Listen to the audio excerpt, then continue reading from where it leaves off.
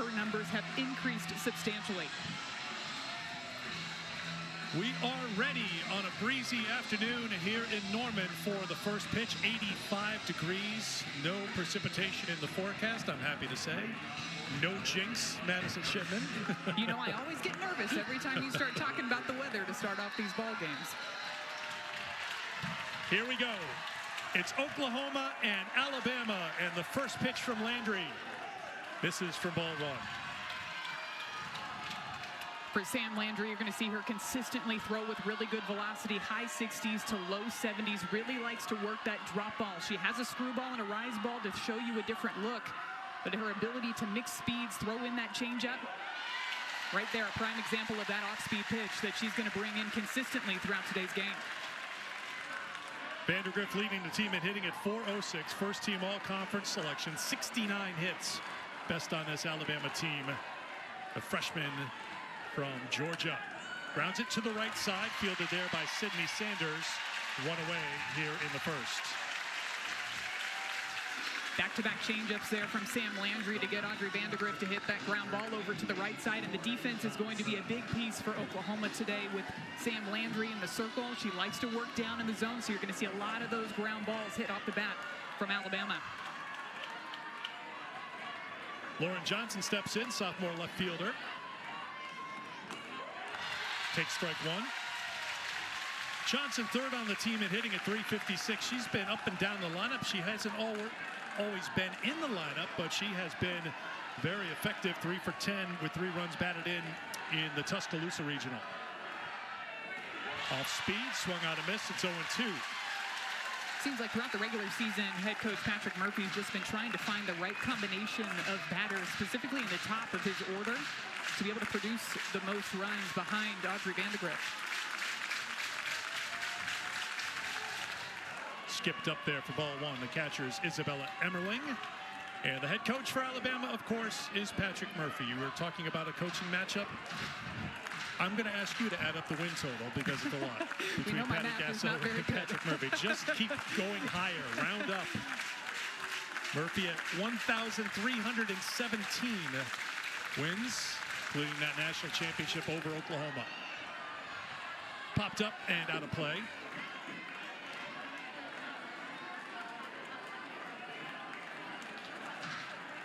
First time that an Alabama team has been in Norman. Obviously, they have a lot of experience up the road in OKC, but first time Alabama's ever played here on campus. That's off the mark. It's 2-2. We know my math skills aren't the quickest, but was that 2,980? Am I right in that range? My guess was going to be right around 3,000. Did you carry the one? I tried to. I think I had to a couple of times there. Very important to have proper comma placement because you need one when you talk about these two head coaches. 2-2. Grounded wide of third.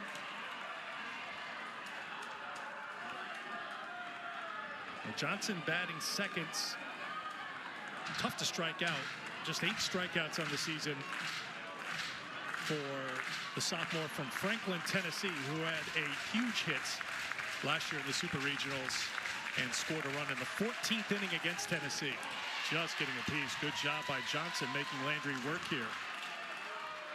Alabama coming into the Super Regional as the 15 seed, and Bama's used to being the underdog in these Super Regionals, thinking back to that Super Regional in Knoxville. Last year ended up losing game 1, came back to win those final 2 games and advance on to the Women's College World Series. Johnson had the pinch hit single and scored the winning run in the 14th inning in the Knoxville Super Regional game 2. And has worked the count full, 3-2. Last year, that pinch hit was her first NCAA at-bat. So talk about stepping up on the big stage in a big moment. And here she is batting second in Norman against Oklahoma a year later. 9th pitch of the at-bat. And we'll need a 10th. Really great at bat from Lauren Johnson here. Every single swing that she takes, every single pitch that she sees, she is giving more and more information to her teammates in that dugout, trying to figure out what they're going to see from Sam Landry today.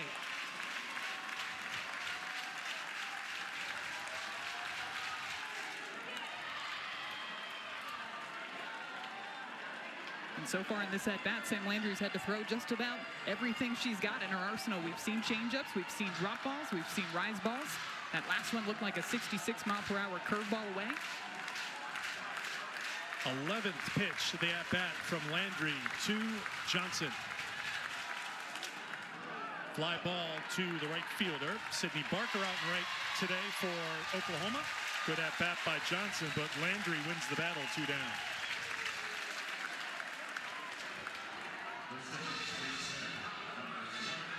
It is breezy, as you would expect here in late May in Oklahoma. It is warm at 85 degrees. The breeze right before we came on was blowing out to left, and then it flipped over. Now it's blowing out to right. And I assume it's going to flip a few more times. Right now at 15 miles an hour, gusts to 24. Ball 1 to Callie Heavlin. One of the leaders on this team leader in home runs with 14 on the season. 1-1.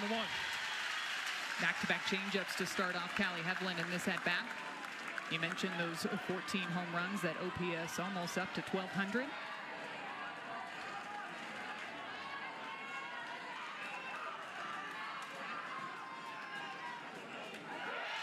Spun in there for strike 2.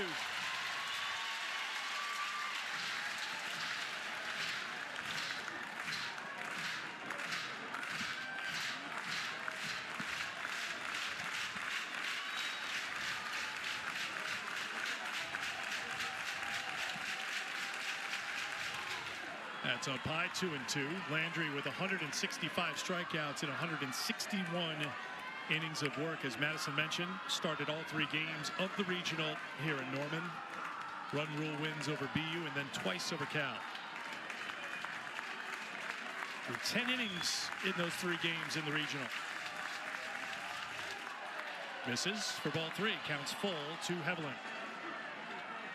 Already 19 pitches thrown for Sam Landry in this game. Bama making her work early.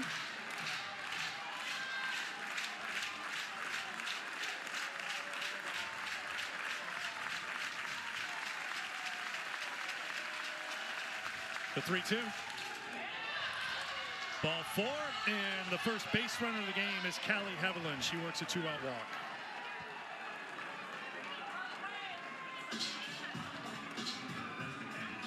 So with 2 down, they'll bring up the cleanup hitter, and today it's Alexis Papillo. Bit of a surprise here. She appeared in just 1 game in the Tuscaloosa Regional as a pinch hitting appearance and was hit by a pitch, scored a run for the Crimson Tide. So the junior steps in against Sam Landry.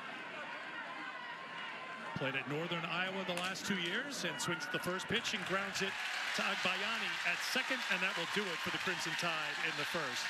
Sooners coming to the plate when we come back to Norman.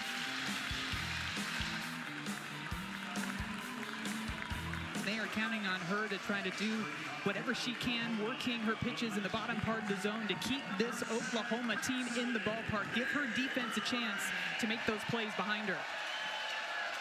Cassidy Pickering leads off and takes ball 1.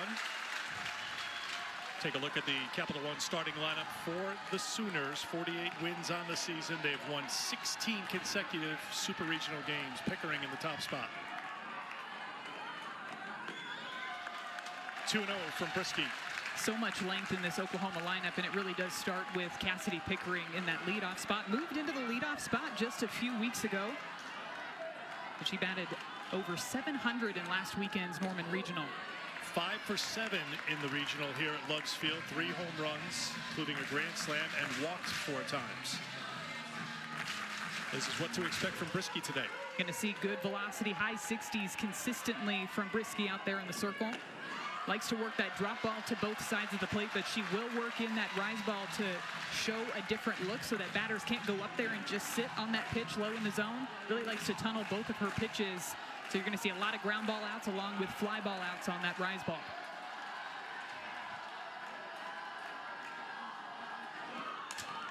Pickering with a fly ball to shallow center. Vandergriff comes in to put it away for round number one. If you weren't with us at the very beginning of this game, it's Alabama and Oklahoma. That should be all you need to say when you think about these programs, two of the marquee programs, most popular programs, 1-2 in average attendance in the country. But when you think about their postseason history, Madison, it is so tight. 6-6 in the postseason. They have met in some big moments. None bigger than the 2012 Women's College World Series, won by Alabama. The last time they met in the Super Regionals was a win for Alabama in Tuscaloosa. And when we were talking about this matchup before this weekend, it surprised me a bit that this was the first time that Alabama has played here in Norman against Oklahoma. Now, of course, they've matched up in Oklahoma, playing in the Women's College World Series in Oklahoma City, but the first time that these two teams have faced each other in Norman. Not the first time they've met this season. They played an SEC series in Tuscaloosa, memorably a series win for Alabama. They took 2 out of 3, ended with a walk-off in game number 3 on a Monday night. Patty Gasso says our team learned a lot from that series. So much better after that Alabama series. That series helped them a lot. But you saw how close it's been. 6-6 the series in the postseason, run differential of 5. Talking to Coach Patty Gasso before this Super Regional, and a lot of the players too, they feel like the team is very different now than the team that faced Alabama in Tuscaloosa just a few weeks ago. Parker, we're at the pop-up in foul ground, being called for by Brooke Elistad. She puts it away. Well, in that series, Patty Gasso's team hit 190 in the 3 games, and she said there was just too much indecision. It showed in our swings, but since then, a little bit more decisive at the plate, it would appear. Yeah, you saw them at times taking some pitches that looked like were good pitches that they could hit with authority, and then they would almost overcompensate by swinging at some pitches that were outside of the zone. But they seem to have been locked in up at the plate, especially when you look at the past few weeks. And one of those players that has really come on strong at the end of the year is Sydney Barker, another freshman that's in this Oklahoma lineup. Back in the 3rd spot in the lineup again today. Brisky's pitch in there for a strike. It's 1-1. Barker, the freshman who's playing right field today. She's played on the infield and the outfield, whatever it takes to be on the field and in the lineup. And it's paid off, especially as of late. 348 on the season for Barker, 4 for 8 with 4 runs scored in the Norman Regional. Right side, gloved by Dukeshire, steps on the bag, and it's a 1-2-3 inning for Jocelyn Brisky in the circle for Alabama. Scoreless after 1 on a beautiful Friday in Norman.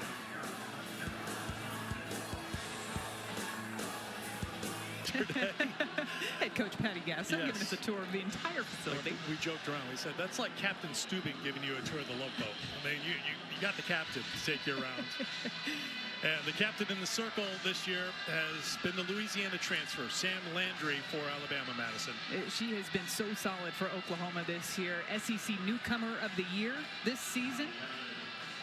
Been a leader for this team, and you know that when she's out there in the circle, she is going to let her defense work behind her. She likes to throw that drop ball in, and I've found that her velocity has increased from last season to this season. On average, that drop ball, she was throwing at about 66 miles per hour, and now you're seeing that drop ball consistently come in about 69 to even 70 miles per hour. Start Salem Hawkins with strike 1. Shortstop, sophomore, 313 on the season, has been outstanding with the glove in the field for Bama, and she's been good at the plate, hitting 357 over her last 10 games entering this Super Regional round. And on the hands, it's 0-2.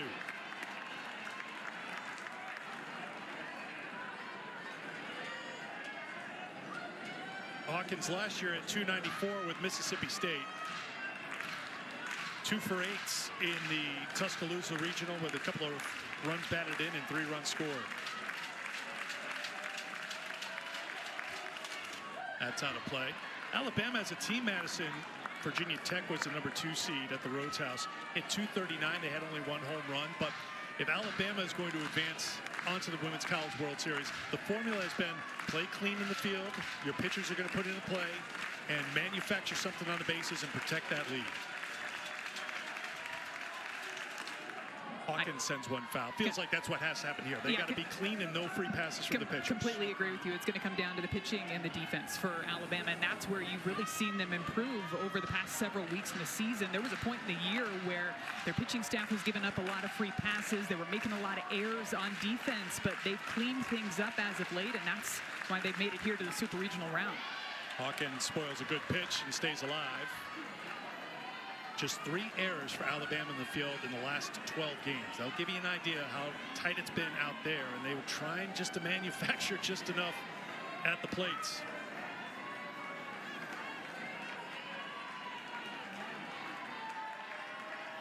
Another 0-2 pitch.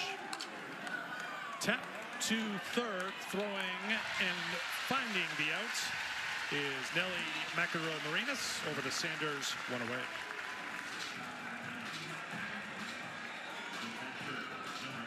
Patrick Murphy's team began with a run rule win, 8-0 over Jackson State. Evelyn had a home run in that game. Then a couple of tight ones against the Hokies, 4-3 and 3-2. They were out hit 15-9 by Virginia Tech in those 2 games. But again, Alabama finding a way to get it done in the postseason. And that was a Virginia Tech team that Alabama had faced earlier in the year, too. They ended up playing 2 games against them in February in Tuscaloosa. Ended up splitting those 2 games. But for Alabama, not a team that's known for the home run ball, but they're trying to string together base hits. They're trying to put together quality at-bats. And so far, it seems like part of the game plan for Alabama has been to make Sam Landry work out there in the circle, make her throw a ton of pitches. She's already up to 28 pitches here with 1 away in the top of the second. 11 of those pitches to one batter, Lauren Johnson, the number 2 hitter for Alabama. As Marley Giles steps in, Giles trying to find her swing. She's moved down in the lineup from the cleanup spot to the 6th spot in the order. 0 for 7 in the Tuscaloosa Regional. Landry brings the 2-0. Swinging it to 2-0, and that's got to feel good for Marley Giles. Doesn't matter how many times it bounces on the dirt. If it's a base hit, it breaks the slump, and she's fired up, as is her dugouts. Marley Giles looks right back into her dugout to fire up her teammates. This one is a rise ball, 69 miles per hour up in the zone. You can see the right side of the infield for Oklahoma is shaded up the middle just a little bit, and that ball gets right past the diving glove of Ailana Agbayani over at second base.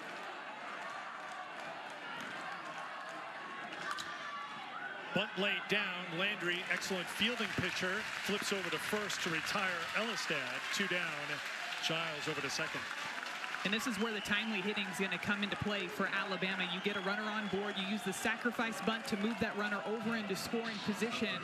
And now Abby Dukeshire steps up to the plate. A batter that batted higher up in the order at the beginning part of the year. You saw her a lot in that 4 spot because of the power that she has when she's up there at the plate. And you know Alabama would love to see some of that pop off of her bat here. Dukeshire 297 on the season with 7 home runs. Squibs the first pitch. That could roll back. Well, it's not going to have enough juice to get there. It started going that direction. Thinking about it, yes. Even made Abby Dukeshire take a couple of steps out of that batter's box just to make sure. Definition of a cue shot in foul ground. One of those 7 home runs, Madison, to your point, hit a 2-run home run in game 2 of the Oklahoma series. So she's had success against the Sooners this year, down to the count 0-1 here in the Supers. 1-1.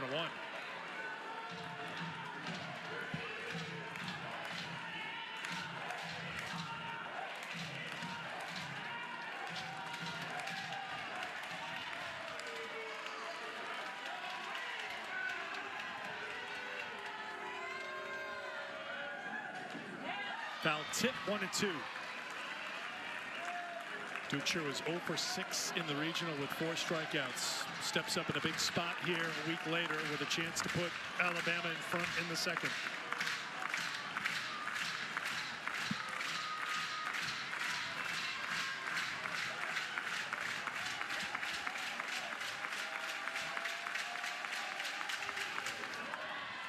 Two and two.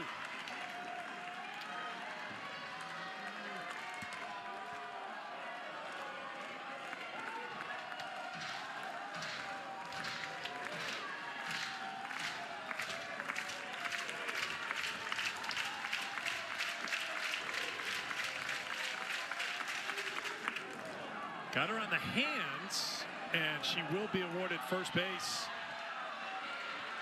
Giles is down at third. She'll have to be sent back to second base. And now Patty Gasso wants an explanation from the plate umpire, Michael Hernandez. Take another look at this here to see where it hits Abby Dukeshire. Does it get her on that left hand?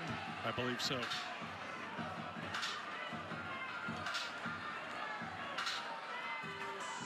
Pretty close there. Maybe just on the bottom part of that left hand.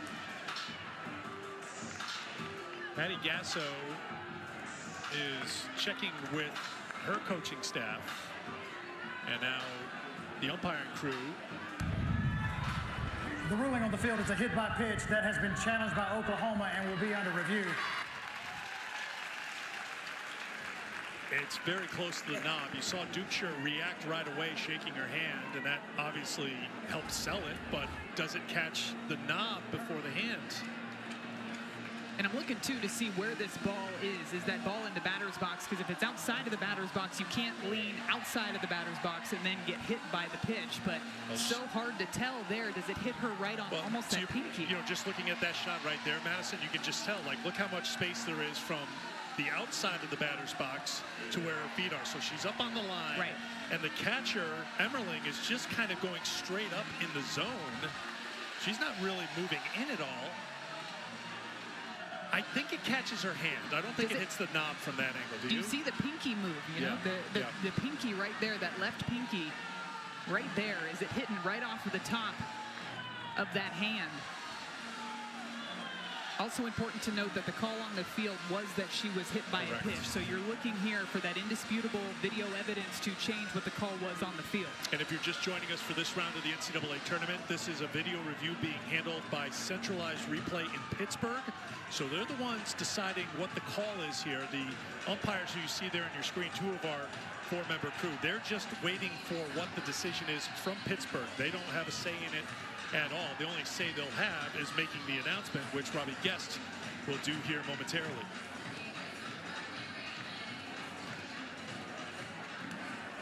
The call on the field has been upheld. It was a hit by pitch. This is Oklahoma's first challenge. First of two challenges that you get per game. Of course, there could be an umpire-initiated challenge. So Patty Gasso 0 for 1. I think you go for it, too. I think you go for that challenge. It was a very close play, and I know it's early in the ball game, but this feels like a big moment in this game. Here's Larissa Pruitt with 2 on and 2 down. Ground ball, right side, Agbayani, and that will do it for the Alabama threat here. You've heard of singing in the rain. Of course, dancing in the rain is what 2012 was for Alabama, the memorable final. Alabama beating Oklahoma for the SEC's first national championship. Jackie Traina, SEC Pitcher of the Year that year, Women's College World Series Most Outstanding Player for the Alabama Crimson Tide. Kayla Breaux, who's on the coaching staff for Alabama this year, part of that 2012 national championship team. 13 years later, they meet in the Sooner State again, this time down the road in Norman at beautiful new Loves Field. And Gabby Garcia, I don't want to do the math for how old Gabby was when they were dancing in the rain, but I think everybody can figure it out. Pretty simple, because the talented freshman steps in for Oklahoma to lead things off out of Chandler, Arizona. 18 home runs for Garcia.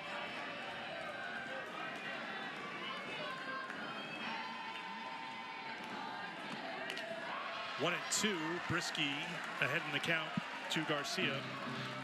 Garcia was 3 for 7 with a couple of home runs, 4 runs batted in the Norman Regional. Of course, she and her teammates had a pretty memorable SEC tournament. She had that walk-off home run. I could say so. That's out of play. I thought it was interesting yesterday when you were asking Gabby about hitting. She thought she was going to be all-glove, light hit for this Oklahoma program. I'm paraphrasing, but she didn't think she was going to be a power hitter, back cleanup for Oklahoma. Yeah, she thought she was going to be more of a table setter for this offense, which is hard to believe with her 18 home runs this year. Ooh, she gets hit by the pitch there. Fired up as she turns back to the dugout, tossing her gear as she runs down that first baseline.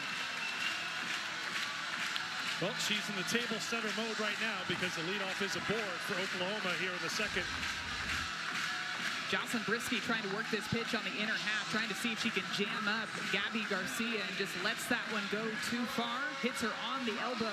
But those are the little things that you find that Oklahoma teams year after year, they celebrate those little things, whether it's walks, hit by pitches. They know that every little thing can add up to big moments in these postseason games. Here's the freshman third baseman, Nelly McEnroe-Marinas. 347 on the season for the first team all-conference selection in the SEC. 2-0.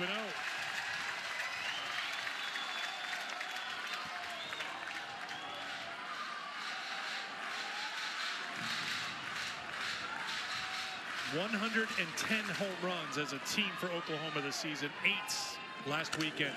Ground ball through the left side, a base hit. There's the first hit for Oklahoma. They've got 2 aboard to get things going here in the second. And this is where the game can start to speed up. It's a free pass with a hit batter, and then Nelly McEnroe-Marinas comes up in a good hitter's count. This is a 2-0 count, and she gets something on the inner half and pulls it straight through that 5-6 hole. And now all of a sudden, you're feeling that Oklahoma momentum start to build in that third base dugout. 4th hit of the NCAA tournament. Strike 1 to Sydney Sanders.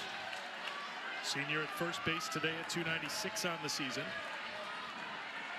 She's in double figures with 11 home runs.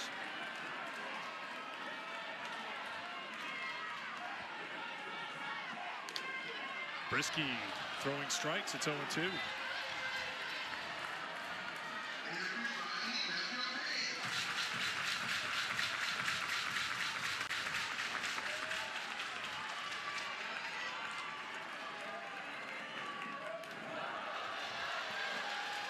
Really nice grab by Marley Giles back behind the plate. Gabby Garcia was ready to take off to third base if that rise ball got past her, but Marley Giles was just barely able to get a glove on it. That's out of play.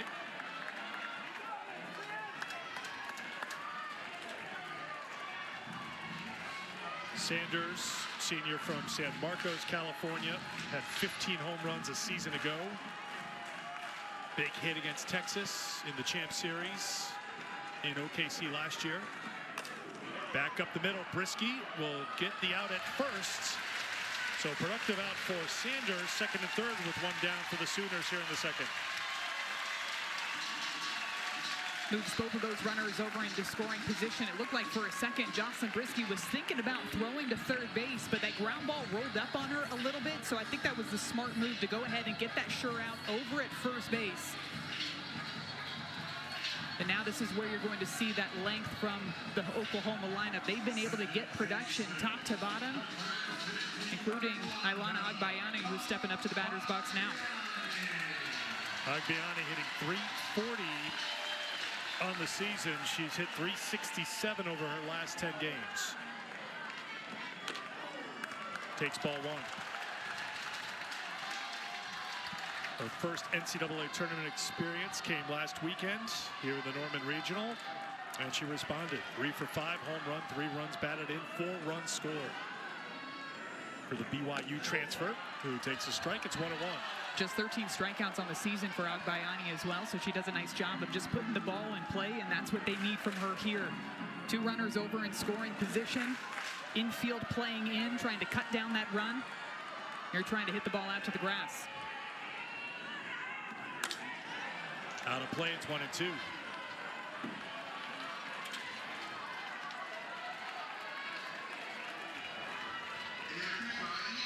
Feels like a moment when the Alabama defense needs to step up. The free pass issued to Garcia on the hit by pitch to start the inning. We talked about how good this defense for Alabama has been down the stretch.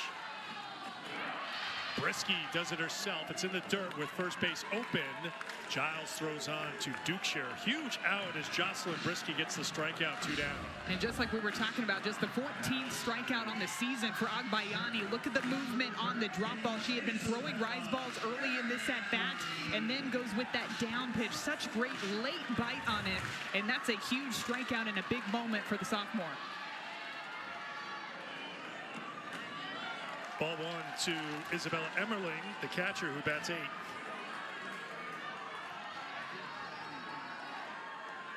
Junior out of California, 217 on the season.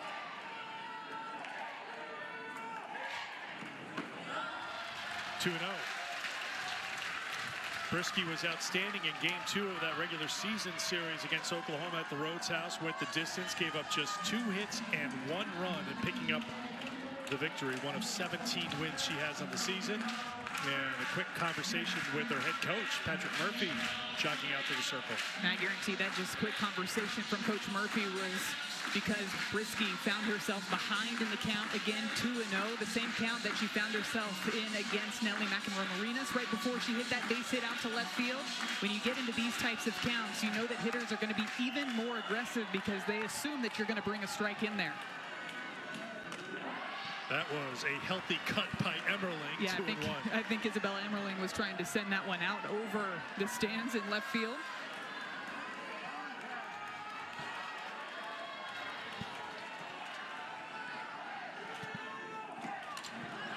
Out of play, it's 2-2. And just like that, after that quick conversation, 2 straight strikes to get Brisky back into this count. It was just about the quickest circle visit I think we have seen. Coach Murphy did run out there. He ran out. He sprinted out to the circle. It was a sentence or just a couple of words, and then he ran back. Whatever he said has worked so far. Here's the 2-2. Ground ball, right side. Dukeshire to the bag, and a great job by Brisky to get out of the jam. Top of the order coming up for Alabama in the 3rd. That means the speedy freshman, Audrey Vandergrift, is up next.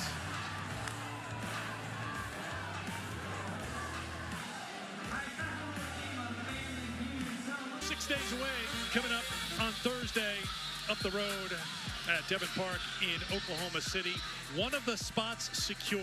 Texas Tech will be in Oklahoma City. That's where they were a couple of weeks ago when they captured the Big 12 Tournament Championship behind the arm of Nigeri Kennedy. And Nigeri did it again. 2-hitter yesterday and a home run against Florida State in Tallahassee. Then she throws a 3-hitter today as Texas Tech gets the sweep. And they're on to the World Series for the very first time.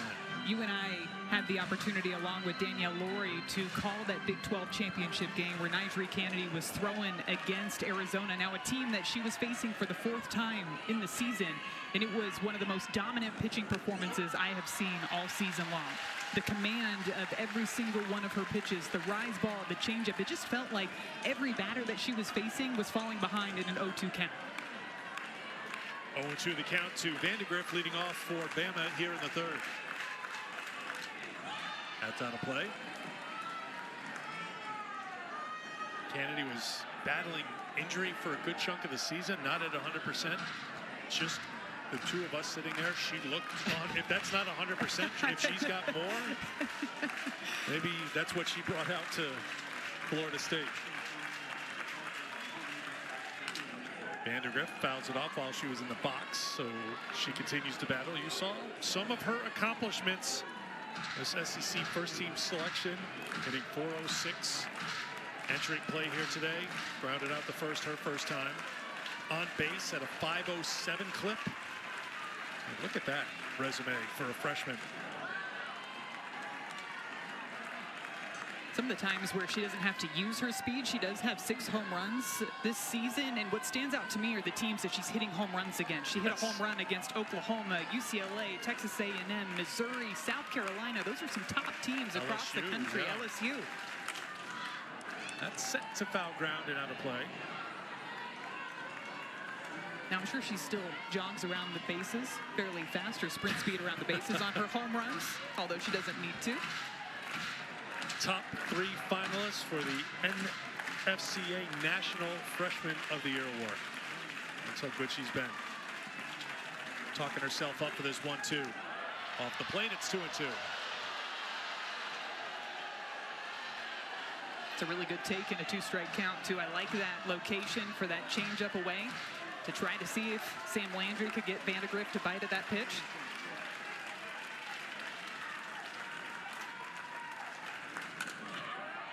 Another one fouled off. 9th pitch of the at-bat coming up. We saw the 11th pitch at-bat from Johnson. Landry had thrown 37 pitches in the first 2 innings. You can see she's up to 45 now here in the third.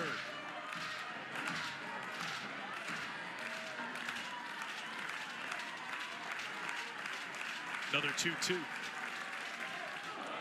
Count goes full.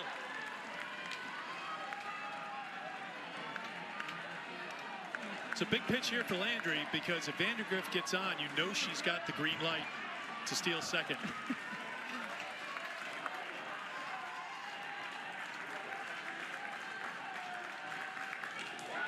Landry wins the battle. Strikeout for the first out of the third. A little bit of a hesitant swing from Audrey Vandergrift there, almost as if she was anticipating she was going to see another one of those off-speed pitches, those change-ups, but instead it's a rise ball located a little bit lower in the zone, so it's a pitch you have to go after, but because she was disrupting her timing with those off-speed pitches, that's where that hesitant swing came in. You can see from the side, it's kind of that emergency hack kind of look, just I need to try to spoil this pitch. Yeah, you're throwing barrel out there just hoping to get a piece of it. So that was a double-digit at-bat for Vandergrift. Johnson had the long at-bat before flying out to right, facing Landry in the first. 0-2 the count to Johnson.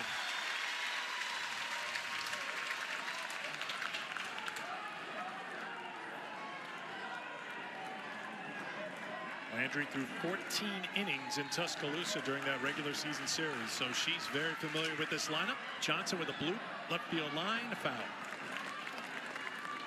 In that series earlier this year, I felt like you saw a lot more drop balls from Sam Landry. 190 pitches she threw in that series. 36% of her pitches thrown were that drop ball. So far in this ball game, I feel like you're seeing a lot more of that rise ball, a lot more of those changeups, mixing up the game plan a bit against the Crimson Tide here.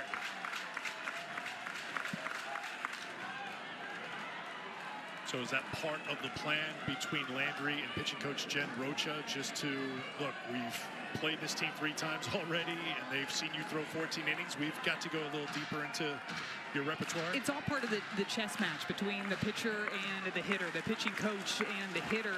And you've got to imagine that Bama came into this series probably anticipating they were going to see a lot more of those drop balls.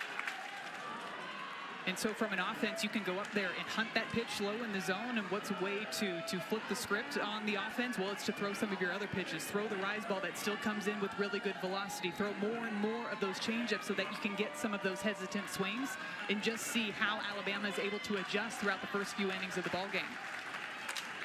Ground ball to the shortstop, Gabby Garcia, over the first, 2 down.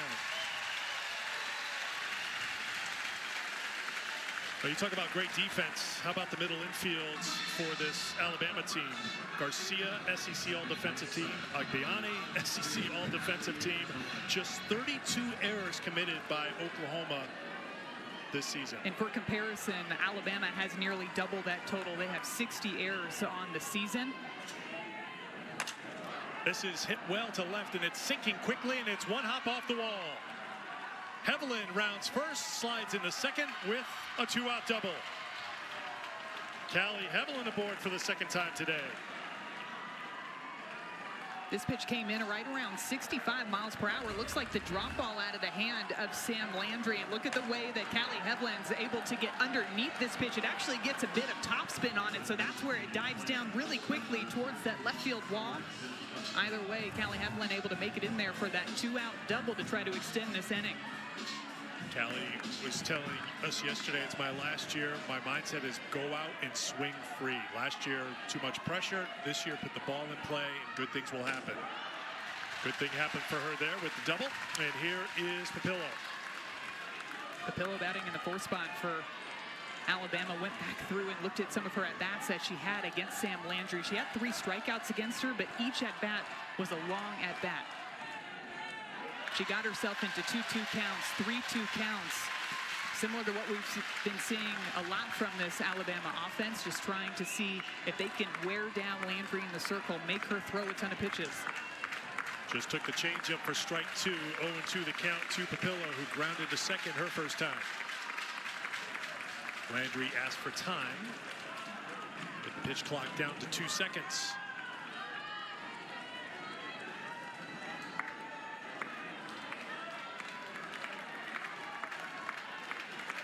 Now ready with the 0-2 pitch.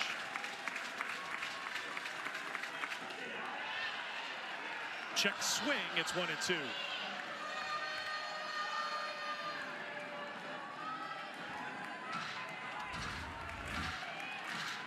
Take another look at it here. Watching it live, I thought she held her swing. Good call there.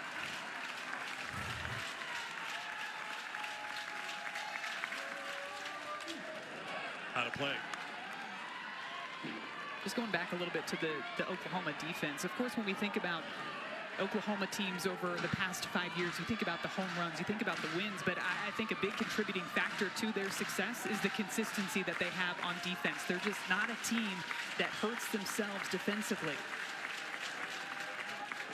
In the dirt, blocked by the catcher Emmerling on cue. Good play there to prevent the runner taking third base. Well, they do everything right. It's not just hitting all the home runs. The fundamentals are there. They play good defense. They don't run into outs. They don't give you extra outs and make mistakes and hurt themselves. They make you pay for your mistakes. It's those instinctive softball plays that they're able to make throughout the season and in the biggest moments in these postseason games. Grounded to the right side. Sanders handles it and will step on the bag to retire the side. We are scoreless after 2.5 here in Norman. We'll talk with the Alabama head coach Patrick Murphy next.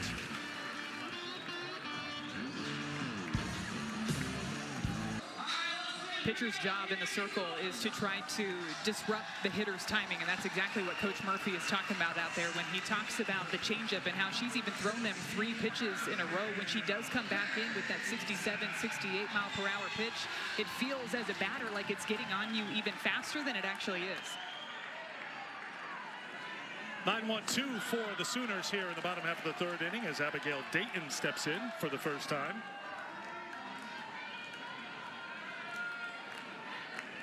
Dayton spent time in the leadoff spot this year. 3 for 5, 4 runs scored in the Norman Regional. Trying to turn the lineup over. And she's ahead in the count 2-0.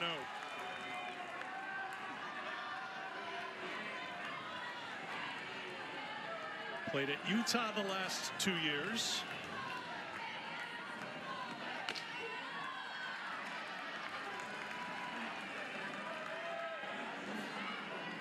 Hit leadoff 29 times this season for the Sooners as Patty Gasso is mixed and matched in her lineup right through last weekend in the NCAA regionals here in Norman.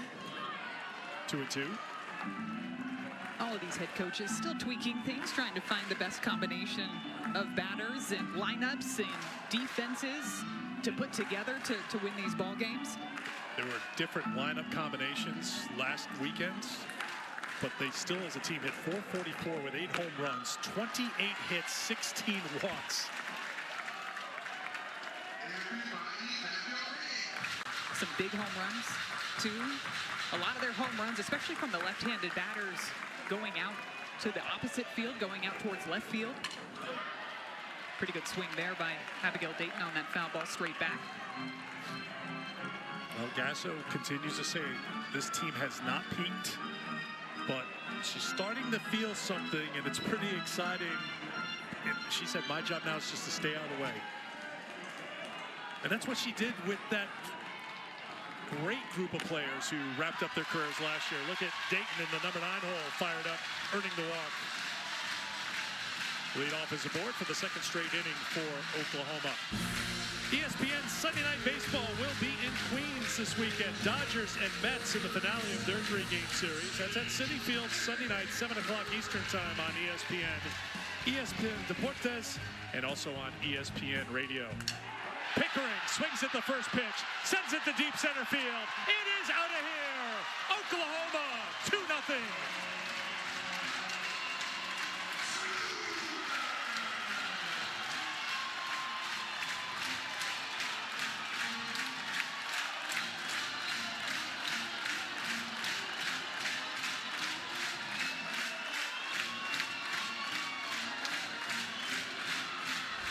We were just talking about the home runs and the long ball, the 8 home runs that they hit last weekend in the Norman Regional. Well, Cassidy Pickering had 3 of those home runs, and she adds another one this year in the postseason. It is a 2-run shot out to deep center field, all the way out there in the Busch pushes beyond center field to put the Sooners up 2-0 in the bottom of the third inning.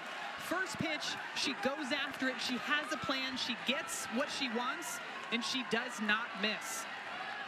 246 You wanted to know feet. how far it is from that spot at home plate to those flowers. It's 246 feet because Cassidy Pickering just hit her 18th home run of the season to that spot. Made a dent in the hill out there with that shot. I think someone else's home run may have taken out one of the flowers there because, you know, there's that little spot there. And now if you're Ella Parker, who's up to the plate right now, you just go ahead and you hit it past center field, past the flowers, and you park it outside of the stadium. The home run she hit last weekend. Or Parker it. This time it'll be a base hit center field. That was 285 feet, by the way, in the regional. This is a base hit for Parker. Has the same impact on the batting average, which is over 400 on the season. She's aboard with one down and a visit to the circle from the pitching coach, Lance McMahon, for Alabama. Just how quickly things change in this game.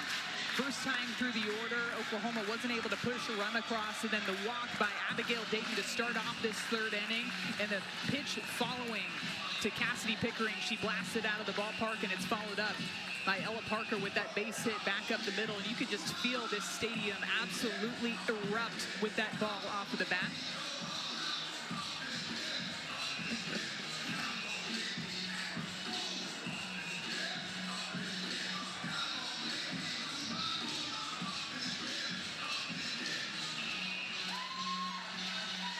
I didn't want to interrupt the dance party. I was just hoping that you would join in. Action in the Alabama bullpen. Ailey Double Johnson barrel and action. Caitlin Riley getting loose out there in the bullpen for Alabama.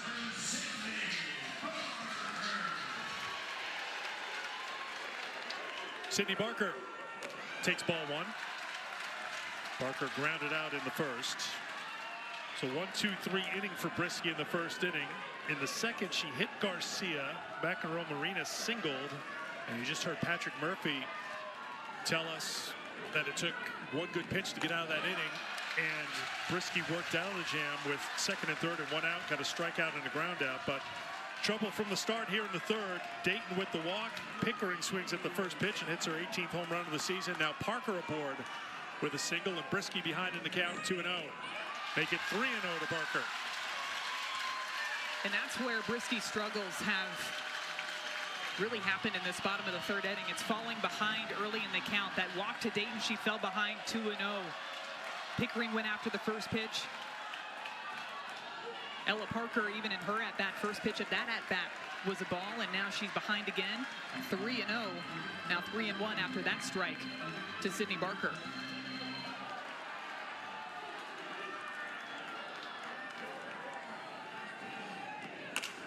Grounded to Dukeshire, steps on the bag. They need the tag at second, and they get it. There's that Alabama defense.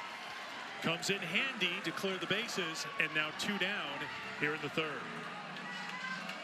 Playing clean defense is going to be so big for Alabama in this super regional, and it's a nice play by Abby Dukeshire over at first base, who knows where she's standing. She's close over to first base, gets that first out, and then Saylin Hawkins knows, because the force has been eliminated, has to apply that tag over at second base. Slapped out to left field, and sliding and unable to come up with it is Johnson. It'll be a single for Garcia, who's aboard for the second time today.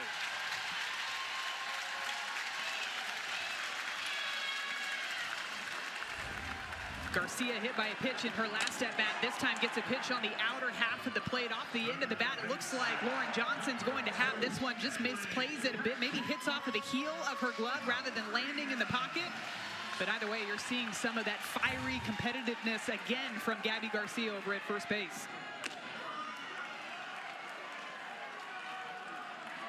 Here's McEnroe Marinas, who singled her first time up.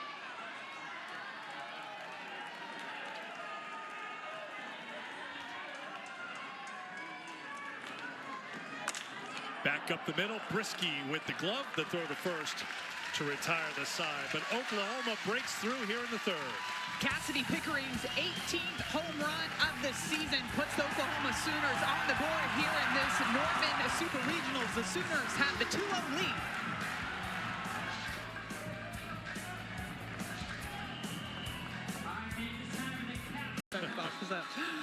But it went back to our point that we talked about before Pickering's home run of the mixing and matching even this past weekend of just trying to find the right combination. And there really, it seems, is no wrong combination for a team on the whole that's hit 335 with 111 home runs on the season. Well, and I think when you start winning too, the batters in the order start to get more and more comfortable in the spots that they're batting in. So there are some spots where maybe you don't want to move it around too much. Hawkins swings at the first pitch, ground ball to short. One away. But it can be a game changer when you do have somebody like Pickering in that leadoff spot that has so much power that can set the tone right from the first batter of the ball game. One down for Marley Giles, who singled her first time up.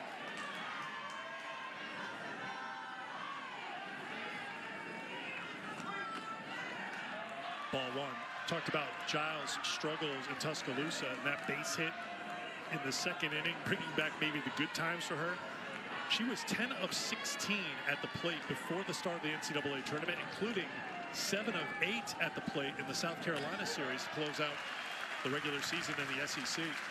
And she's one of those hitters that can really get on some good streaks offensively. It can go up there and see the ball as big as a beach ball, and this is the time that you need to do it, and she's somebody that has some pop in her bat too. 2-1. Has 5 home runs so far this season.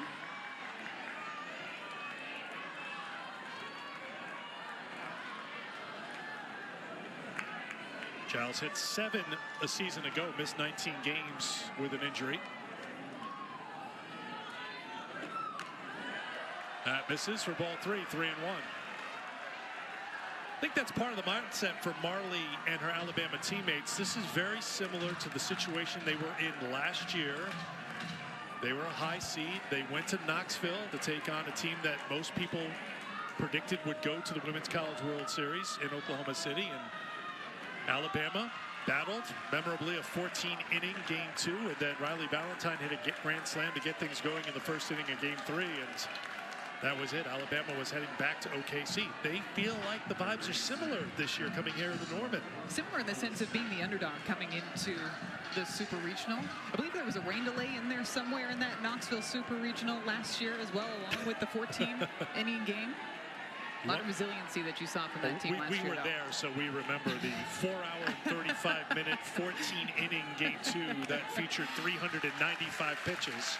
Not that I'm, regretting that at all, because it was the longest Super Regional game in history. And now, runs were scored, if I'm remembering correctly, runs were scored early in the game, and there was probably about, what, a 2.5-hour stretch where no runs were scored by either team in that game?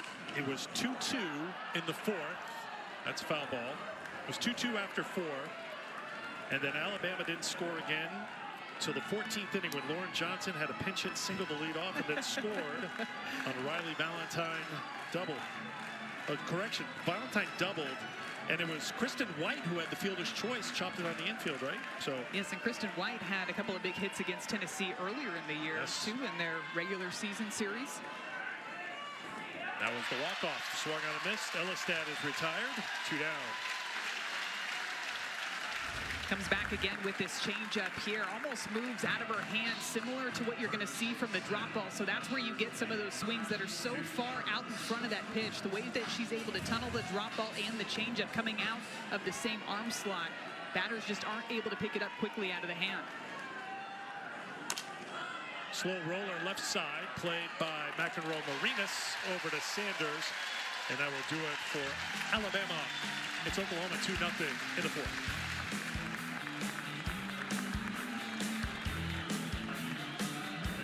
Nebraska ended up winning that ball game 7-1. Jordy Ball hit a home run off of Carlin Pickens. So that one should be another great Super Regional between those two teams out there in Knoxville. Jordy's up to 23 home runs, by the way. So 20-20 club, 25 wins in the circle, 23 home runs for the two-way player. Talk about the strikeouts too, Madison. Ball with 270 strikeouts in 186 innings pitched. Same number of innings for Pickens, 252 Ks. So they'll be bringing the heat in Knoxville after we're done here in the Oklahoma Heat. And up at the plate, too, Jordy Ball with just 14 strikeouts up at the plate with those 23 home runs, 26 walks in there. Her numbers this year, video game numbers, 475 batting average.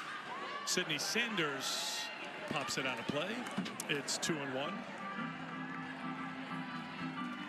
The Player of the Year conversation is going to be a healthy debate because you've got 3 outstanding candidates. Well, and I feel like I do this every single year, and I'm going to do it again. Yes. I wish there was a Player of the Year and a Pitcher of the Year award. I wish there were 2 separate awards given out, but all 3 of those players, unbelievable seasons this year. Bri Ellis, Nyjah Kennedy, Jordy Ball.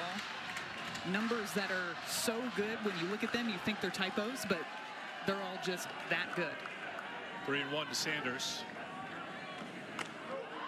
3-2. Felt like you were stalling a little bit because you were afraid I was going to say who's your pick of those 3, Madison. It's so hard and to I can tell by the look in your eyes. Choose. Eric, don't do that to me. All 3 of them. 3-2. Grounded to the shortstop. Hawkins to first. Sanders retired. 1 down here in the 4th inning. Well, Arkansas and Bri Ellis lost to Ole Miss. Ole Miss getting their first ever super regional win today, 9-7 in Fayetteville. So elimination game coming up tomorrow. Florida impressive. Keegan Rothrock with a 6-1 win over Georgia. She went the distance, striking out 7. We talked about Texas Tech picking up the win. Texas facing a must-win tonight against Clemson after the delay last night, and the Tigers picked up the win in Austin. South Carolina picking up a supers win over UCLA today.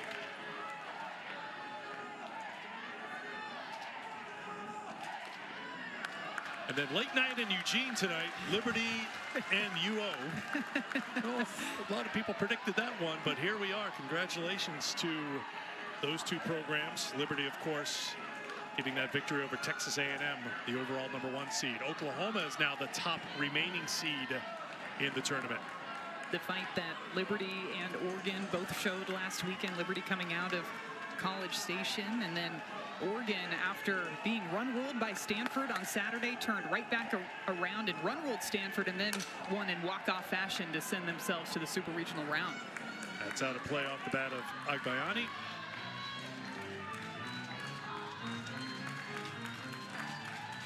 Two and 2 to the junior. Struck out her first time.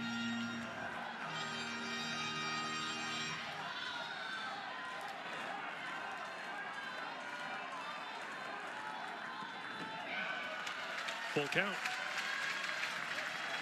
Clemson win over Texas. Madison was the first ever super regional win for that still young Tigers program. Another milestone for John Rittman's team. Ground ball to the right side. Hevelin plays it. 2 down. And Clemson team's a team that has really impressed me this season too. A lot of freshmen, a lot of new faces for that program, and they played a tough schedule right at the beginning of the year. They were tested early, and now they're playing their best softball of the year. You and I were there for that midweek in Knoxville, where they had the defensive double play to end the game. That started their current 11-game winning streak. That's how good Clemson has been down the stretch, winning the ACC tournament, and now a win away from their first trip to OKC. A lot of young players, whether it's Macy Cintron, a 2-way player for the Clemson Tigers, Julia Noller, just a sophomore for the Tigers, Marion Collins, Taylor Pipkins, a couple more freshmen for Clemson this year, Maddie Moore, a senior for that squad, leading the way for them. They've had a lot of different players step up in big moments for that team, especially through that 11-game stretch that you're talking about. It was Jamison Brockenbrough out there in center field that caught the ball, the line drive in center, threw the ball to second base for that game-ending double play in Knoxville. That's out of play. 2-1 the count now to Emmerling. 2 runs in the 3rd for Oklahoma on a 2-run home run by Cassidy Pickering, her 18th home run of the season, tying her with Gabby Garcia for the team lead. 111 home runs as a team, 9 in the NCAA tournaments. Emmerling checked her swing. It's 3-1.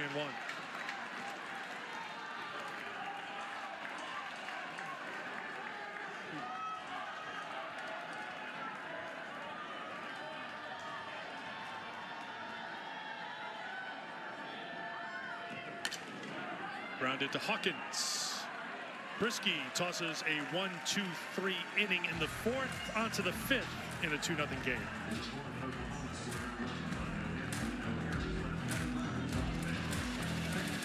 Virtual 3D replays. They'll have a watch party downtown again, Thunder Alley. So, you know, if you want to go hang with all the Thunder fans tomorrow, I'll drive. We're close, right? If the Thunder pull it out and they are in the NBA Finals, downtown OKC would be quite the party with the World Series and the NBA Finals in town at the same time. Larissa Pruitt, the leadoff for Bama here in the fifth. Off speed, spins in there for a strike from Sam Landry. It's 1-1.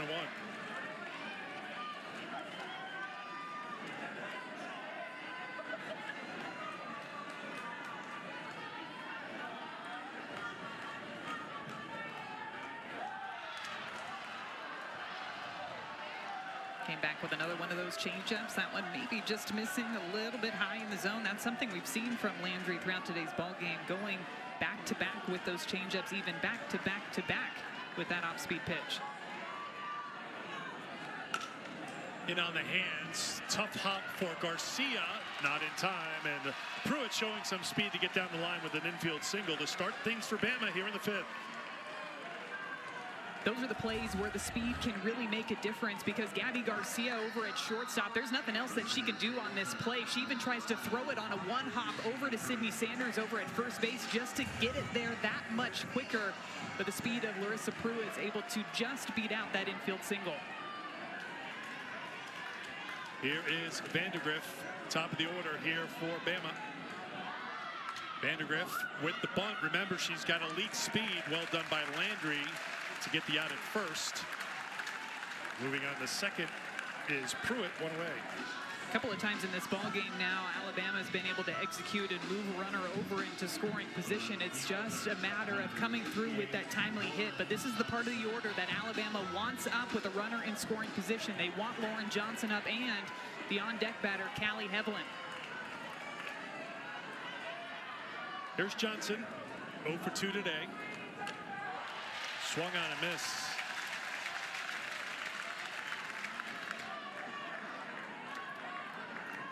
Johnson had that 11 pitch at bat in the first inning. Landry threw 21 in the first, 16 in the second, 23 in the third, but just 10 pitches in the fourth inning, settling down. That's out of play, and it's 0-2, and working ahead to Alabama hitters here as this game moves on.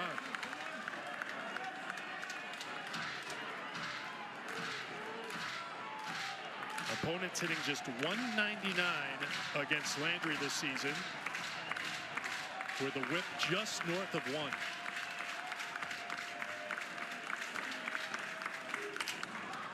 Fly ball to right center field. Dayton drifts over, called off by the right fielder Barker. Tagging is Pruitt, and she'll take third with 2 down. Smart play by Larissa Pruitt at second base. She was hanging off of second base just for a second. At the last minute, decided to go back and tag up with the way that that ball was carrying out towards right field. Smart also by the freshman in right, by Sydney Barker, taking charge and calling that ball in center, because she had a better throw, better angle to throw that ball if she needed to all the way to third base. Alabama could really use a run, and they have the right player at the plate, Madison. Callie Heveland walked in the first, doubled in the third. This season, with 2 outs, she's hitting .357 with 15 runs batted in. And a lot of that has to do with her pitch selection up at the plate. She was somebody that battled some injuries in the fall, and she decided to take that time and spend it in the bullpen to sit there and watch pitches and learn how pitches move through the zone, which direction drop balls, how much they're going to move, rise balls, how much they're going to move. And when you look at her numbers too, you can see just the massive offensive improvement. But the stat that sticks out to me, last season she had 37 strikeouts and 15 walks. This year, just 16 strikeouts to 26 walks. Team leader with 14 home runs on the season. 2-0. Hustling back to third was Pruitt. Evelyn hit .245 a season ago. Came into the Super Regional at .371. And now Jen Rocha, the pitching coach, will head out to the circle to talk to Landry and Emmerling. Guaranteed this is all about strategy on how they want to go after Callie Hedlund, because she is somebody that could tie up this ball game with just one swing of the bat, especially after you fall behind in that 2-0 count. You do not want to leave something over the sweet spot in the zone, because Hedlund is one of those batters that will make you pay.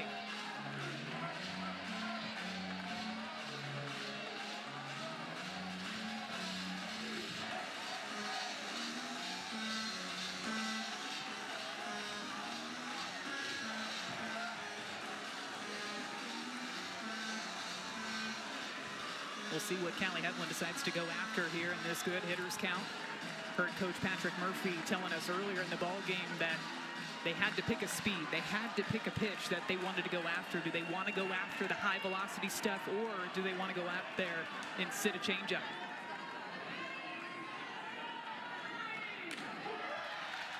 Takes a strike. It's 2-1.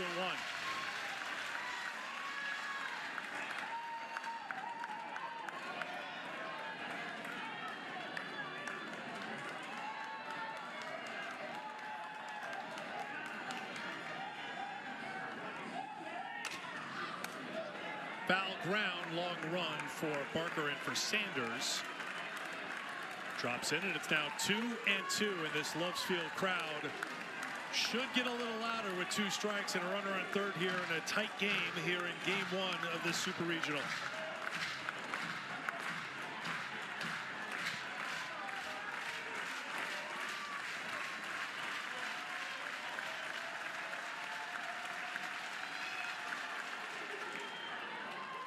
Full count.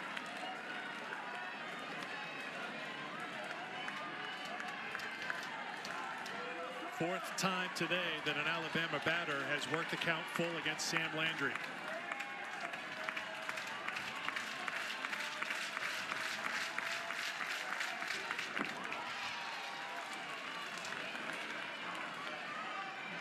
Before that last pitch, the 2-1 pitch that Callie Hedlund got was a changeup. She fouled it off to the right side. I wonder if she was sitting changeup in this at-bat. Now being in a 2-strike count, you are trying to adjust your timing to be on time for everything. Another 3-2 pitch from Landry. We'll do it again.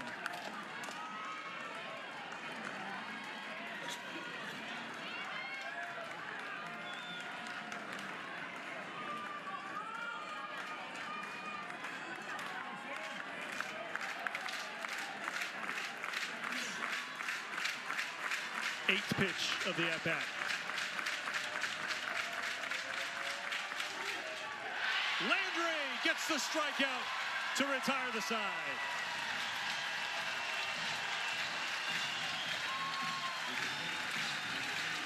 Sam Landry, facing Alabama's leading home run hitter, goes back with the drop ball low and inside. Third strikeout on the day for Landry. Again this year at the Rhodes House. These are 2 programs the fans continue to turn out game after game, and they're rewarded with great play on the field.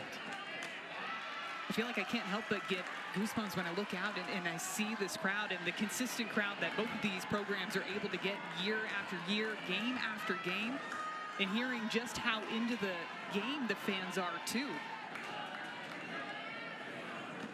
Both of these teams throughout the game, they like to utilize their fans and that home field advantage. That was one of the questions coming in here, because when Oklahoma went to Alabama, the Rhodes House was rowdy. It was a Saturday, Sunday, Monday, and they still averaged 42.99. A couple of sellouts first 2 days. And Monday night's tricky, but it was a walk-off. It was a thriller.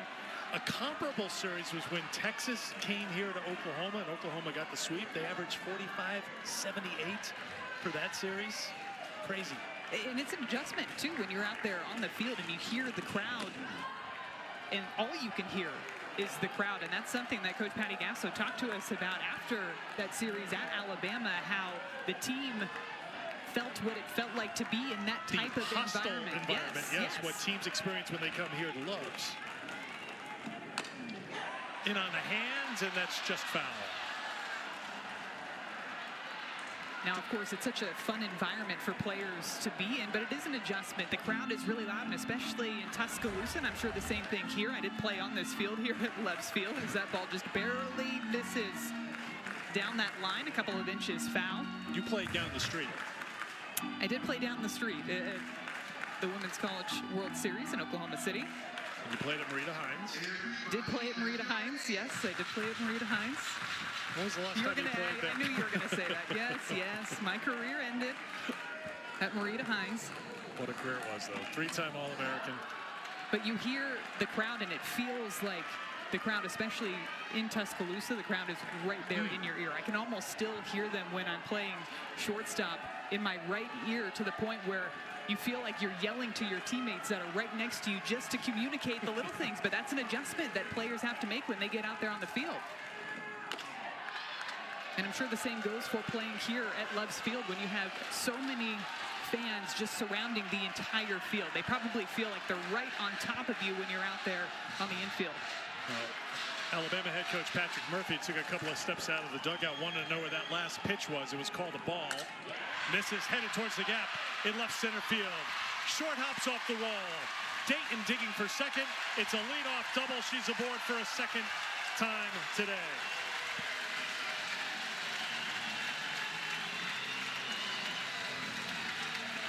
We talked about the length in this Oklahoma lineup, and what an example. Abigail Dayton batting in that 9 spot. She had that big walk back in the 3rd inning right before the Pickering home run, and this time in a full count, she drives the ball the opposite way into that left center gap. That is something that these left-handed batters in this Oklahoma lineup do so well. They utilize their legs to drive the ball with authority the opposite direction. And now, as Madison mentioned, you've got to deal with this environment. As the crowd gets a little louder here at Loves.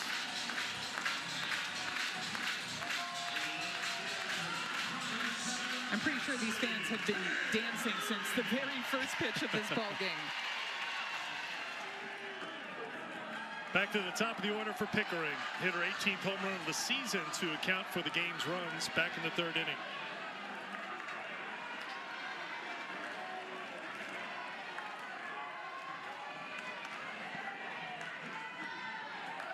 In the dirt for a ball. You talk about adjustments for this Oklahoma team. It feels like they are making the proper adjustments against Jocelyn Brisky in this lineup. When I looked back at the game in the series that Oklahoma played in Tuscaloosa, the pitchers for Alabama really were working the outside part of the plate. Opposite field, Johnson there in left. Pickering is retired. One down. That was another hard hit off of the bat of Pickering, but the home run that Pickering hit was on a pitch away, and same thing with that double off the bat of Abigail Dayton on a pitch away. It seems like they're trying to take away that outside part of the plate. First time through the order, to your point, 1 for 7. Second time through the order, now 4 for 10.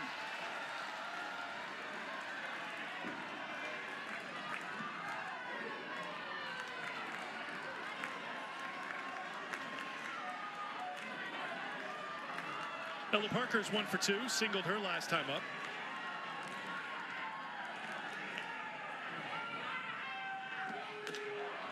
Oh, 2. We did ask Ella Parker if that was the furthest home run that she had hit last weekend, the 285-foot shot. I was going to say out to right field, but it cleared the stadium. It cleared the premises. It made it out there on the grass beyond the stands. That's up and in for a ball. It's 1 and 2 to Parker. She did say that it was the furthest home run that she said. You can still see the dent in the grass. You're supposed to replace your divots. it did leave a mark out there. 1-2 is the count, and it's a pop-up to shallow center field. Vandegrift puts it away for out number 2.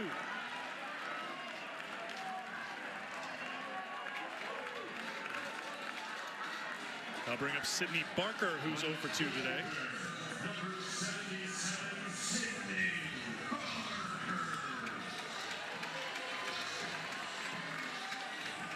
Just 5 hits for the Sooners against Jocelyn Brisky. But a walk, a home run, the difference right now in this game. It's a fly ball, might be playable, moving over towards the wall, and making a great effort is the right fielder, Pruitt. Couldn't grab it, but she's laughing and smiling coming away from the play. Nice round of applause from this Oklahoma crowd here at Lowe's. I think she's pointing over there saying, I almost just ended up over with the tarp beyond the wall. Somehow hangs on with the right hand. Look at that. Hangs on with the right hand and with the glove to keep herself in play. A little bit of a smile on her face after that one. That's the Alabama bullpen turning around in surprise, saying, there's our right fielder coming to join us here in the pen. You know, pitchers love to see that type of effort from their defenders, doing whatever they can to try to get themselves out of this inning.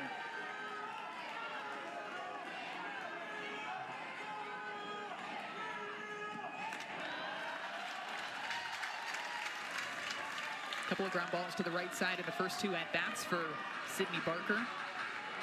Working the pitches low in the zone. I'd imagine here she's trying to see if she can get something up in the air. Maybe go after some of those rise balls. 2-1 the count right now to Barker. This is going to get down for a base hit. Being waved around is Dayton. It's an RBI for Barker, and it's a 3-0 lead for the Sooners.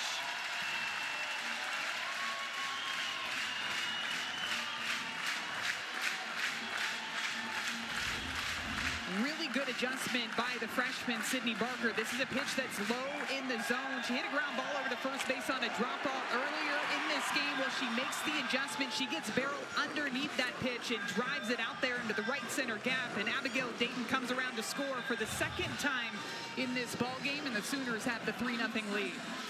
Hannah Core will come on and run for Barker, who picks up her 32nd RBI of the season.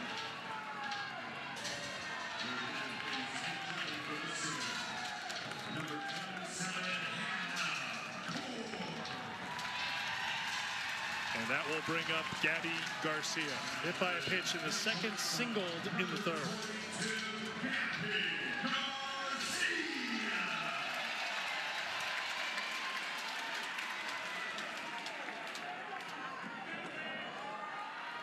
Madison Shipman, we always like to joke how you like to get into the weeds about hitting. You took it to new lengths trying to look up Gabby Garcia's swings in high school, doing internet searches, and you came up pretty empty. Yeah, I was unsuccessful in finding video of Garcia's high school swings. That's gloved by the second baseman Hevelin. The flip over to Dukeshire to retire the side. Fine play by Callie Hevelin. Oklahoma adds a run. They're up 3-0 after 5 in Norman.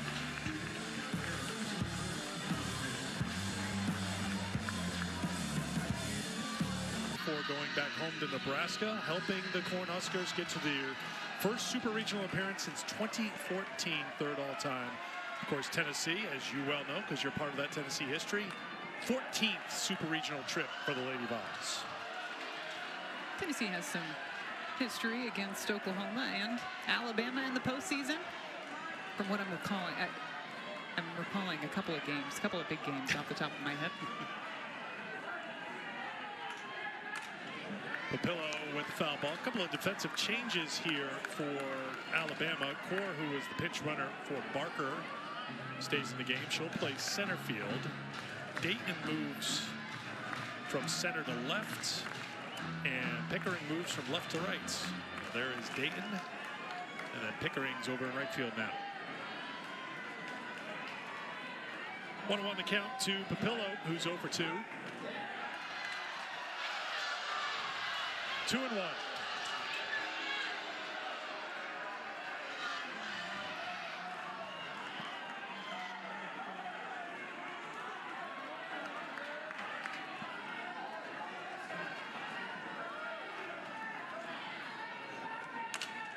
Grounded, fair ball. Papillo down into the corner, rounding first, heading to second. She'll be in safely with a leadoff double. Another example of a batter getting into a good hitter's count. This is a 2-1 count for Alexis Papillo, and she gets a rise ball up in the zone. You can see the angle of her barrel. She is trying to get on top of that pitch. What that tells me is that she went up to the plate hunting the rise ball. She was looking for something in the top part of the zone. She gets it, and she drives it hard down that right field line to get something going for the Crimson Tide in the top of the 6th.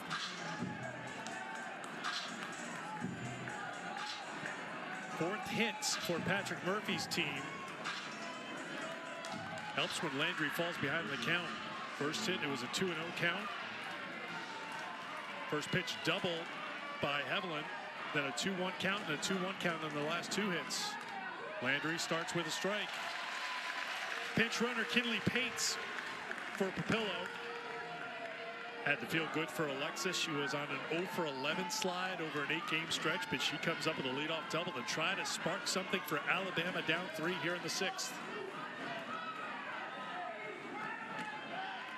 Hawkins takes the ball. It's 1-1. Salen is grounded out to the left side twice. Third base in the 2nd, shortstop in the 4th.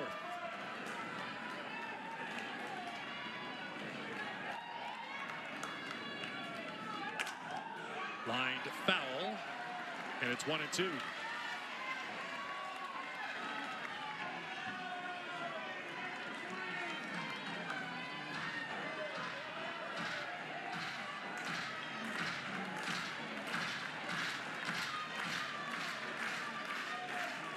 Sam Landry making her 24th start of the season, her 4th consecutive start in the NCAA tournament. And she gets the strikeouts, 1 down.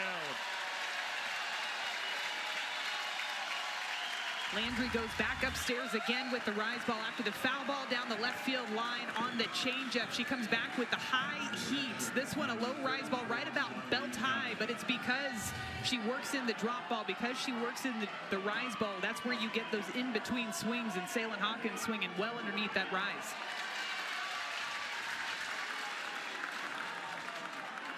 First pitch strike to Marley Giles. Singled in the 2nd, walked in the 4th.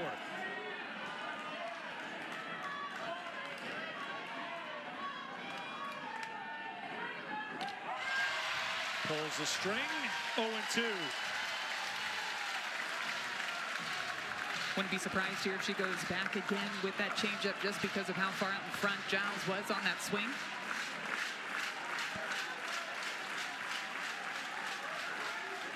She does, gets the strikeout. 5th strikeout for Landry. Back-to-back Ks, 2 down. That changeup is a pitch that Sam Landry has such great control of. She throws it more for a strike to get the 2nd strike of this at bat. That time in a 2-strike count, she works it low in the zone, and you're seeing that fire from her out there in the circle.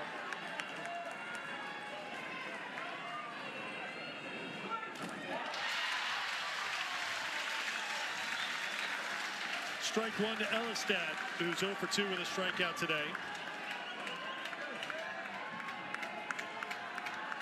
Leadoff double for Papillo, but back-to-back strikeouts for Landry. Slow roller to 2nd. Agbayani, and Landry gets out of the jam. Pitching a shutout through 6.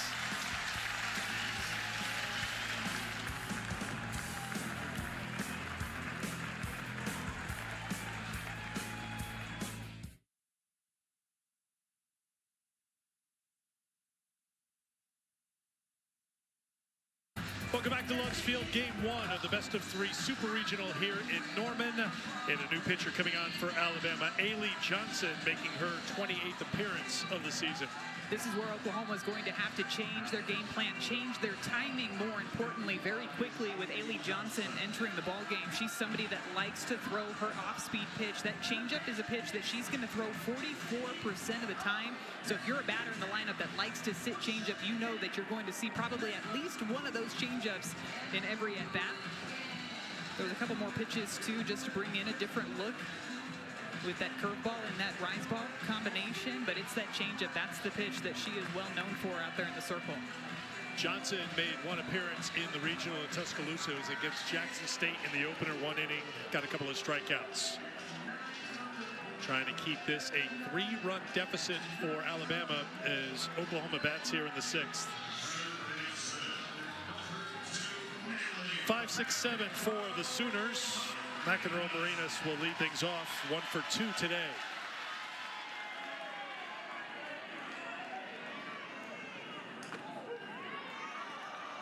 Strike 1. Jocelyn Brisky went 5, gave up 6 hits, 3 runs. They were earned. 1 walk, 1 strikeout. This is hooking down the line, but foul. Felt throughout this game, Jocelyn Brisky had some really big moments, some really big pitches. The times that she got into trouble, though, was when she was falling behind in the count. That walk to Abigail Dayton to start off things in the 3rd inning, followed up by that first pitch home run by Cassidy Pickering. Not a ton of mistakes, but when you're continuing to fall behind to this Oklahoma offense, that's where that momentum shifts in their direction. Strikeout for Johnson to retire McEnroe Marinas. 1 away. Gave up the 2-run home run to Pickering in the 3rd. The walk was costly. We said among the keys for Alabama to pull off the upset here in Norman. No free passes.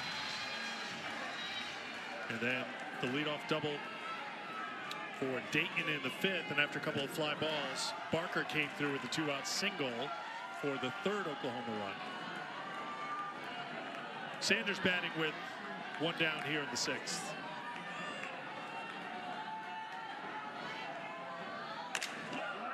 High fly ball to left center field. Vandegrift at the track, and she'll make the catch with Johnson there just in case. 2 down.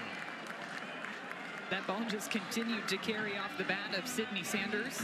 One of those rise balls coming in about 67 miles per hour. Through the first 2 batters that Ailey Johnson has faced, we've only seen 1 changeup, and that was a strikeout pitch to Nelly McEnroe Marinas. Another example of a pitcher just changing the game plan to mix things up against Oklahoma.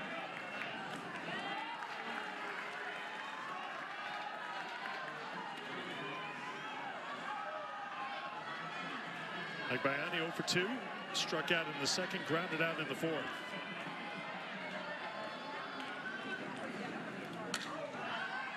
Popped up, playable, and making the catch is Giles. 1-2-3 inning in relief for Johnson. Last chance for the Crimson Tide. Down 3-0 as we head to the 7th. He is the player, one of the veterans, just as a sophomore on this team, that set the tone for the Sooners today. Sam Landry trying to end it here in the 7th. She'll face a pinch hitter. Monty Hubbard steps in. Freshman from Huntsville. Takes strike 1.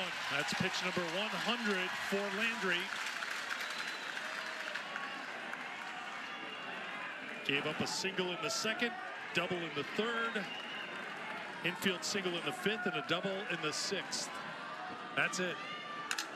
Ground ball left side. McEnroe Marinas over to first, 1 down.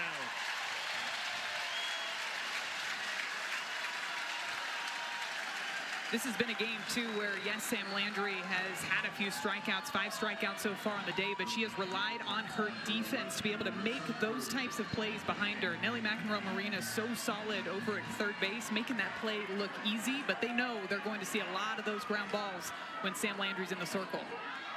By my count, 12 ground ball outs today for Landry as she starts Pruitt with strike 1. 1 for 2 today, reached on an infield single in the 5th.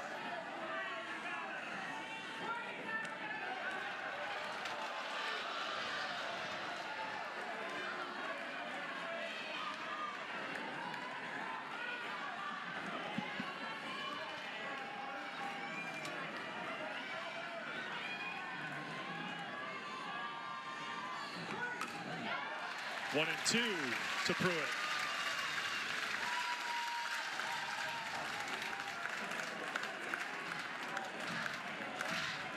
When we're done here in Norman, we will get you to Knoxville for Nebraska and Tennessee. 1-2 to Pruitt. Soft liner to center, coming on and making the catch is Core. 2 down.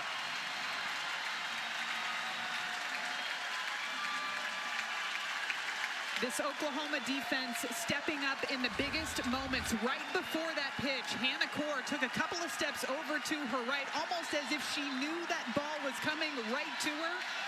Gets a great read on that line drive off of the bat. Another stellar defensive play for the Oklahoma Sooners. Crowd was starting to come to their feet and make a little noise, and then Patrick Murphy called time just to quiet things down here as Vandegrift will step in.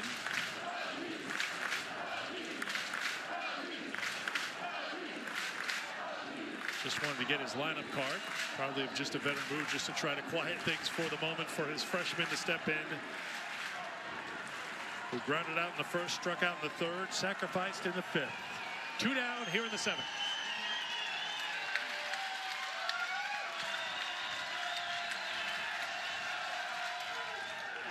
Strike one.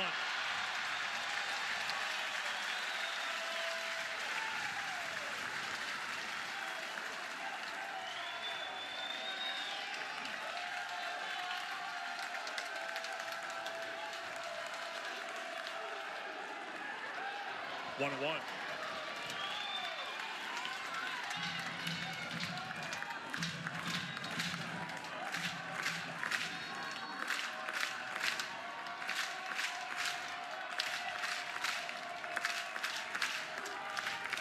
Soft liner to second. Agbiani has it, and Oklahoma wins game 1 of the Norman Super Regional.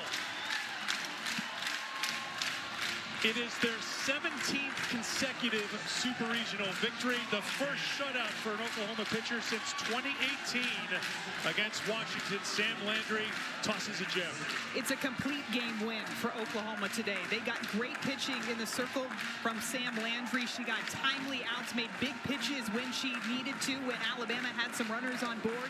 The defense stepped up, made the routine plays, made the exceptional plays, and they got the timely hitting. Cassidy Pickering up in that leadoff spot with the big 2-run shot to put them up, and then Sydney Barker, a freshman who stepped up big in this lineup too.